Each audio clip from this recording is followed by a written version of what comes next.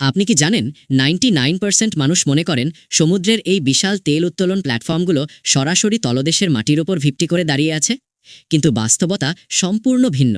অনেক প্ল্যাটফর্ম আসলে সমুদ্রের ওপর ভেসে থাকে। তাহলে প্রশ্ন হলো, বিশাল ঢেউয়ের মধ্যেও এগুলো উল্টে যায় না কেন?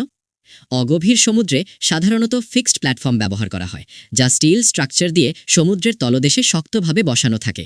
কিন্তু যেখানে গভীরতা হাজার হাজার ফুট, সেখানে এটি অসম্ভব।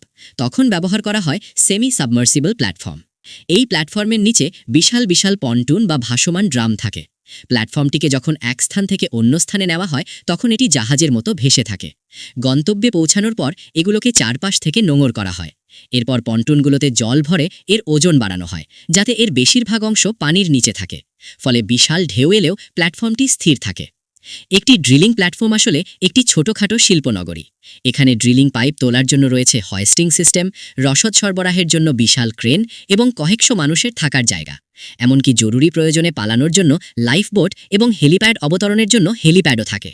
এখানে একটি বিশাল ফ্লেয়ার টাওয়ার থাকে, যা তেলের সাথে উঠে আসা অতি দাহ গ্যাস পুড়িয়ে প্ল্যাটফর্মকে বিস্ফোরণ থেকে রক্ষা করে। ড্রিলিং শুরু করার আগে নিরাপত্তা নিশ্চিত করা হয় এবং রোবটের মাধ্যমে সমুদ্রের তলদেশ পরীক্ষা করা হয়। এরপর একটি বিশাল স্টিলের পাইপ বা কন্ডাক্টর বসানো হয়, যা কুয়ার ভিত্তি হিসেবে কাজ করে। এরপর ধাপে ধাপে ড্রিল বিট দিয়ে গর্ত করা হয় এবং মাটির ধস ঠেকাতে স্টিলের কেসিং ও সিমেন্ট ব্যবহার করা হয়। কুয়া যত গভীর হয়, পাইপ তত সরু হতে থাকে। সবচেয়ে বিপজ্জনক মুহূর্ত হল তেল বা গ্যাসের স্তরের কাছাকাছি পৌঁছানো। মাটির নিচে থাকা উচ্চ চাপের তেল যে কোনো সময় আগ্নেয়গিরির মতো বিস্ফোরিত হতে পারে। এটি রুখতে সমুদ্রে তলদেশে ব্লো আউট প্রিভেন্টার বসানো হয়। এটি একটি বিশাল নিরাপত্তা ডিভাইস। যদি চাপ নিয়ন্ত্রণহীন হয়ে যায়, তবে এর ভেতর থাকা শক্তিশালী ব্লাইন্ড শিয়ার র্যাম ড্রিলিং পাইপটিকে কেটে কুয়াটিকে চিরস্থায়ীভাবে সিল করে দেয়। উত্তোলিত তেল সমুদ্রের তলদেশের পাইপলাইনের মাধ্যমে শোধনাগারে পাঠানো হয় এবং সেখান থেকেই আমরা আমাদের প্রয়োজনীয় পেট্রোল বা ডিজেল পাই। যখন তেলের খনি শেষ হয়ে যায়, তখন কুয়াটিকে সিমেন্ট দিয়ে চিরতরে সিল করে দেওয়া হয়।